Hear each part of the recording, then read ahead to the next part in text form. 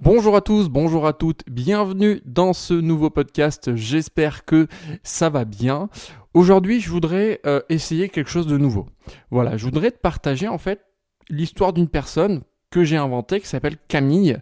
Et je vais te partager un petit peu toutes les étapes que Camille va faire pour un petit peu développer son activité, son entreprise, comment elle va arriver à développer une entreprise et comment petit à petit elle va mettre tout un cheminement comme ça pour développer son entreprise. Donc voilà, c'est une histoire fictive, mais en fait je me suis dit, je pourrais te partager tout bêtement des techniques pour développer son entreprise, pour savoir automatiser ses systèmes, etc.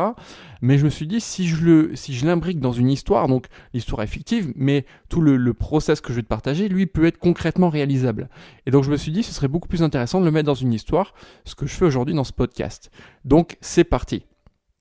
Alors, c'est Camille. Camille, elle est en études d'esthétique. Elle a terminé ses études d'esthétique, puis elle va arriver comme ça, elle va devoir attaquer dans la vie active. Et donc voilà, elle termine ses études, elle a son diplôme, Camille. Et elle va faire le truc classique qui est chercher un emploi dans un salon d'esthétique. Alors, elle va rechercher, puis au bout d'un moment, elle va trouver un emploi dans un salon d'esthétique. Elle va du coup travailler dans ce salon d'esthétique pendant 2 ans.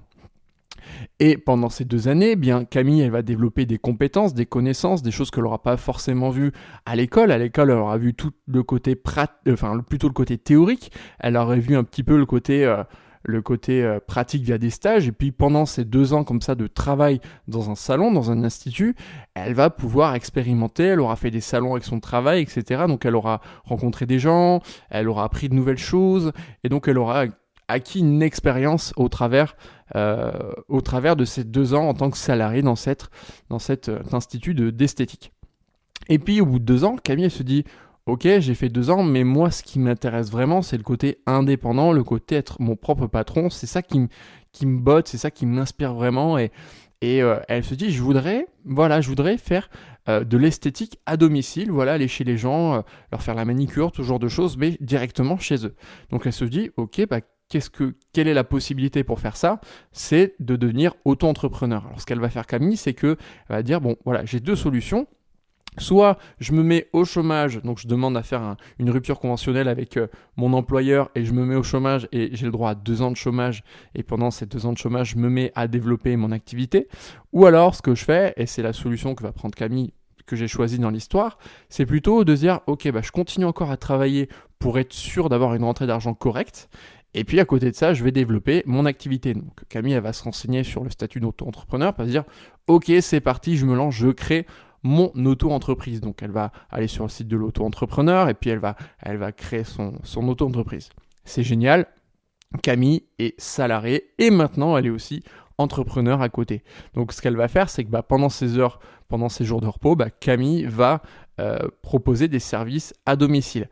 Alors évidemment, elle prend bien conscience que le fait de faire et du salariat et de l'entrepreneuriat, ça demande beaucoup plus de travail. Mais vu qu'elle aime ça et que son objectif c'est de devenir 100% à son compte, elle se dit c'est un mal pour un bien, il faut que j'investisse sur moi, il faut que j'investisse sur mon entreprise si je veux vraiment pouvoir être à mon compte plus tard. Donc Camille, ce qu'elle va faire au départ, c'est en parler autour d'elle, voilà, à sa famille, à ses amis. Voilà, j'ai créé mon entreprise et je suis esthéticienne à domicile. Donc si ça t'intéresse, dis-le moi, parle-en à tes amis, papa, maman, parle-en aux gens que vous connaissez, parlez-en à la famille. Voilà, moi je suis super motivé. Puis en même temps, elle va en parler sur Facebook, sur son compte personnel Facebook. Et puis, donc elle va avoir quelques clients comme ça, des amis, mais elle se rend compte que ouais, ok, c'est bien, mais c'est pas à cette allure-là que je vais développer une entreprise et que si je veux partir d'ici 1 an de mon emploi salarié, je vais pas réussir à en vivre, quoi. Donc il faut vraiment que je passe un cran en dessus. Donc ce qu'elle va faire Camille, et là ce que je te donne comme exemple, c'est des cas concrets que tout le monde pourrait faire. Camille a dit ok, je vais créer une page Facebook professionnelle où je vais parler de mon activité, pourquoi je me suis lancé, et puis voilà, proposer mes prestations, mes services pour que les gens puissent un petit peu savoir ce que je fais et puis me demander à faire des coachings, que je puisse faire de l'esthétique chez eux, quoi, l'esthéticienne à domicile chez les gens, quoi. Donc elle crée sa page, Elle invite, elle va faire le truc classique, elle va inviter ses contacts Facebook sur cette page, il va y avoir quelques personnes qui vont aller voir la page. Là, elle se rend compte aussi que ce qui est important, c'est de créer du contenu quotidiennement. Donc, elle va écrire des articles, elle va avoir des articles sur l'esthétique, elle va les partager, tout ce genre de choses. Et voilà. Puis là, elle se dit, ok, si je veux vraiment être une pro de l'esthétique à domicile, faut que je passe un cran supérieur. Ok, la page Facebook pro, c'est bien, mais ça suffit pas. Donc là, elle se dit, en fait, c'est tout bête, mais quand tu passes devant un magasin, une vitrine de magasin, qu'est-ce qu'on voit ? Tu passes devant un magasin de vêtements, tu as une vitrine avec des beaux vêtements et les prix affichés. Tu passes devant un magasin de bijoux, tu as quoi ? Tu as des beaux bijoux et des prix affichés. Donc, elle va se dire à bout d'un moment, ok, mais c'est ça qu'il faut que je fasse. Il faut que je fasse une belle vitrine de ce que je fais, de mes prestations, que ce soit bien mis en avant et que les prix soient affichés. Donc, elle se dit, il faut que je crée un site internet vitrine. Donc là, à ce moment-là, elle dit, j'ai deux solutions.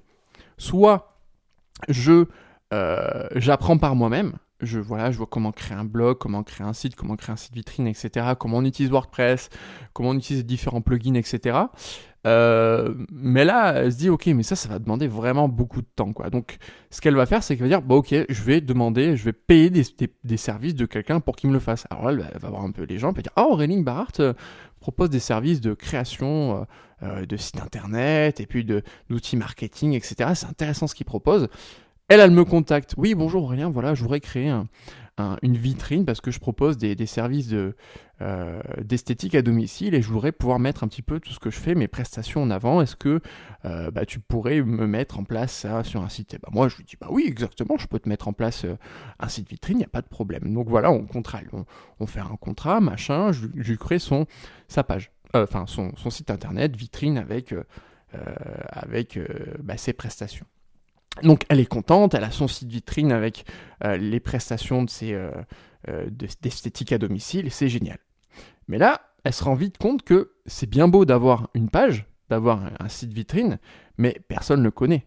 Donc évidemment, elle le partagera sur son compte personnel, elle le partagera sur sa page Facebook, mais finalement, ça rapportera pas plus de gens que ça, parce que ce sera les mêmes personnes qui étaient sur sa page Facebook, ce sera les mêmes qui iront sur le site. Donc voilà, ça va pas plus loin. Donc là, elle se rend compte vraiment qu'il faut qu'elle développe le référencement, le SEO de son site internet. Et là, elle se rend compte que c'est un petit peu compliqué parce que voilà, il y a les mots-clés, il y a le référencement, il y a tout ce genre de choses. Et puis elle dit, moi je suis pas bien calé là-dessus. Puis là, j'ai déjà payé les services d'Aurélien pour créer mon site. Je peux pas me permettre de payer des services de quelqu'un pour s'occuper du référencement de mon site. Donc elle se dit, comment je vais pouvoir faire connaître ma page, mon site internet vitrine. Et là, elle va se dire, voilà, j'ai plusieurs choix possibles. Eh bien, c'est que je vais créer du contenu quotidiennement, pour un petit peu me faire connaître. Donc, elle réfléchit, ok, qu'est-ce que je pourrais ? Je pourrais écrire des articles sur mon blog, et puis le partager, et puis en faire en sorte que ça soit un petit peu viral, le partager. Je pourrais faire des audios, je pourrais faire des vidéos. Elle se dit, en fait, pour faire connaître mes prestations, je pourrais faire des vidéos où je vais donner des conseils d'esthétique. Je vais donner des conseils d'esthétique, puis si les gens veulent aller plus loin, ils peuvent me contacter pour avoir mes services. Et là, elle se dit, mais c'est génial. Et là, on se rend compte que Camille commence un petit peu à rentrer dans l'infoprenariat. Et c'est ça que je trouve génial, parce que c'est quelqu'un qui partait être à son compte et qui finalement est en train d'évoluer. Donc, je continue mon histoire. Donc, Camille, ce qu'elle va faire, c'est qu'elle va commencer à faire des vidéos. Voilà, Camille, je monte ma chaîne YouTube, nanana. Et je vais vous donner des conseils quotidiennement pour savoir prendre soin de soi, etc. Et puis comme ça, elle va dire abonnez-vous à ma chaîne, partagez, etc. Donc en faisant ça, elle va un petit peu, au bout d'un moment, ça se fait pas du jour au lendemain, mais elle va un petit peu se faire connaître sa chaîne YouTube. Du coup, sur sa chaîne YouTube, sur ses vidéos, il y a des appels à l'action vers son site qui propose des prestations. Et là, elle est contente, c'est cool. Mais voilà, ça avance, mais ça met du temps. Puis elle se dit, comment je pourrais un petit peu booster ça ? Comment je pourrais aller un peu plus vite pour faire connaître ma chaîne YouTube et du coup, par la suite, ma page, mon site internet où il y a mes prestations. Elle a dit, ok, une des bonnes solutions à avoir, c'est d'aller interviewer des gens. Donc là, elle va prendre contact avec des gens qui sont dans l'esthétique, des blogueurs dans l'esthétique, des gens qui ont des salons qui sont assez réputés, puis voilà, elle va les contacter, elle va leur proposer de faire une interview, bah voilà, comme ça mettra un peu en avant ce que vous faites. Et puis elle, indirectement, c'est ce que ça va faire, c'est que les gens qui suivent ces personnes, par exemple, c'est des youtubeurs qui sont assez connus dans l'esthétique, dans la mode, la beauté, etc. Bah indirectement, ça va aussi lui ramener des gens sur elle, sa page YouTube, et indirectement aussi sur son site internet où il y a ses prestations. Et ça, c'est assez génial, quoi. Donc, elle contacte des personnes, elle fait des interviews, il y a les gens qui suivent les interviews de cette personne, ils vont dire tiens, c'est intéressant, ce partage, je vais m'abonner à la chaîne YouTube de Camille, ok, c'est génial, et puis là, indirectement, ils vont continuer à regarder les vidéos de Camille, qui donnent des conseils, etc. Puis les personnes vont arriver sur sa page, enfin sur son, je dis toujours page, mais c'est sur son site vitrine où il y a ces différentes prestations. Et là, ça commence un petit peu à prendre, alors, dans l'histoire, je le fais rapidement, mais ça, c'est tout un process qui prend du temps, évidemment. Je préfère le remettre dans le contexte. C'est une histoire inventée. Tout ce process est concrètement réalisable, mais ça demande du temps. Ça, je préfère le préciser, quoi. Je veux pas vendre du rêve non plus. Je préfère être dans le concret, quoi. Donc, Camille, elle se dit, c'est bien, mais voilà, toutes les personnes qui regardent mes vidéos, toutes les personnes qui vont voir mes prestations, finalement, j'ai aucun moyen de les recontacter. C'est des gens qui vont sur mon site, puis je les perds. Et là, elle se dit, ok, comment toutes ces personnes qui ont un intérêt, qui sont parties voir mes vidéos, qui sont parties voir mes prestations, comment je peux garder un contact avec eux, comment je peux faire pour pouvoir les recontacter, parce que s'ils vont sur ma page, sur mon site internet, c'est qu'il y a un intérêt pour eux d'aller le voir. Et donc là, elle se pose la question, elle regarde un petit peu, elle cherche sur internet et elle tombe sur l'autorépondeur. Et l'autorépondeur, c'est génial. L'autorépondeur, je peux me créer une liste de contacts en leur proposant finalement un cadeau gratuit. Donc, elle continue à faire ses vidéos et à la fin de ses vidéos, elle dit voilà, je vous propose une série de 3 vidéos gratuites qui va vous donner des conseils vraiment top pour faire ci, ça et ça. Et voilà, donc elle, en parallèle, elle aura créé une petite formation gratuite de 3 vidéos qu'elle aura hébergées sur son site. Et du coup, elle aura mis un système d'autorépondeur où les gens, s'ils sont intéressés par cette formation gratuite, ils vont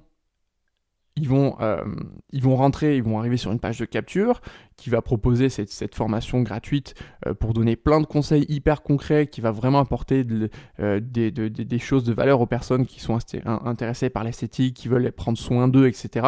Donc ils vont arriver sur cette page de capture, ils vont rentrer leur adresse email, leur prénom, et ils vont arriver ensuite, ils vont être dirigés vers une page qui va leur donner le contenu de cette formation gratuite. Et comme ça, Camille, petit à petit, elle commence à se faire une liste de contacts.